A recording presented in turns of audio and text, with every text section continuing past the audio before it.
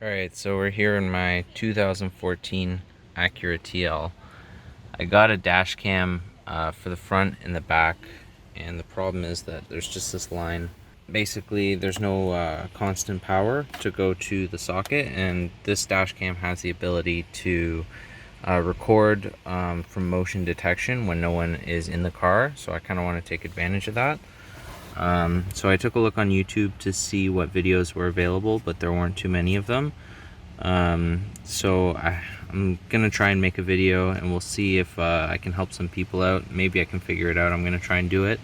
But basically we have the interior fuse box under the passenger side here, and we have the 7.5 lumbar support, and we have the power window 20 amp, which is on and off when the car comes on and off.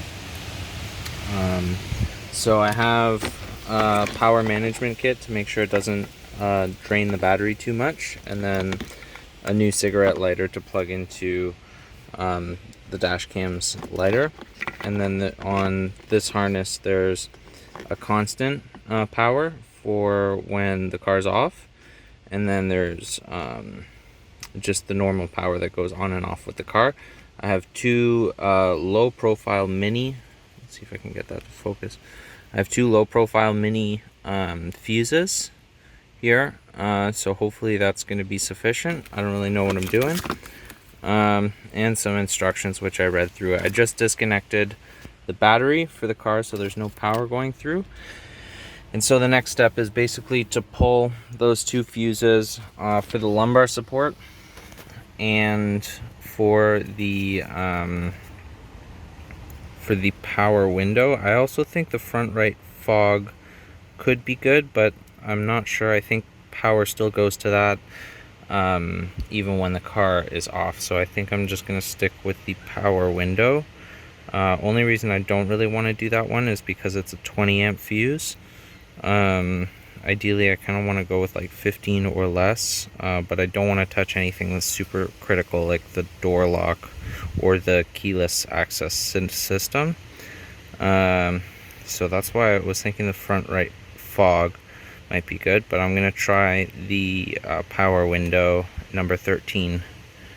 I think that's actually for the roof power window, the sunroof.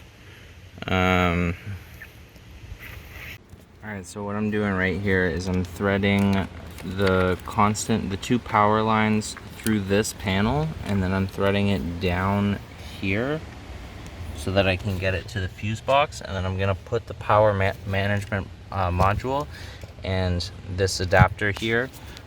Sorry, I'm going to stick it inside this hole because there seems to be like a void there. You'll see that this part right here is the only part right below the sticker where you can actually fit the out of circuit through here.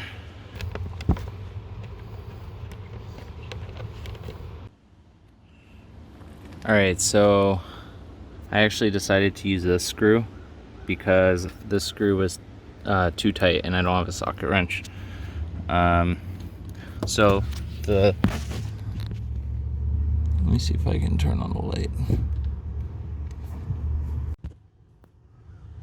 Okay, so as you can see, kind of hard to get the angle here, but I have the two out of fuse installed on the 11 and the 18. So let's try it out. Alright, so pretty good news. I plugged in the positive to the battery for the car, and so far nothing is on fire, so that's really good. I tested the lumbar support on my driver's side, and it still works, and I can see that the camera is already recording, so I'm gonna have to probably play with the settings to get it to only record motion detection when the car is off. So now I want to just see if the windows work. Right, they're not going to work when the car's not on, so here comes the moment of truth.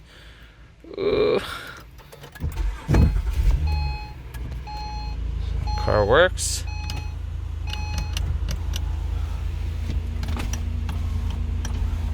Alright, so I think that means it's successful. Alright, so the next step is to run the two wires, if you have a rear view camera, which I do, up, and then you just tuck it under the headliner, which is super easy. And then this part is really tricky. The trick is that you want to push here where my thumb is to allow yourself to be able to squeeze the wire. Oops. You want to push with your thumb here to be able to allow yourself to squeeze the wire through this really tight crack right here, and then you'll be able to run that through like that, and then you can just tuck it where the gasket goes all the way to you know, the power management module, which is going to go right in here. I might wrap it with some foam just so it doesn't bang around, but it's just a void, so I don't think it'll matter if I tuck it there. And then the other wire, if you have a rear view camera, is going to go all the way up along here, and then you're just going to fish it through here by removing the gasket on both sides, and then go all the way around. You can see I already did a preliminary install, but I don't like this. I'm going to put the camera on this side because I don't think there's any way that I can pass the wire through here. I thought I'd be able to fish it through, but it's really tight in there, so I'm just gonna have the camera go right there instead of there. So I'm gonna do that next.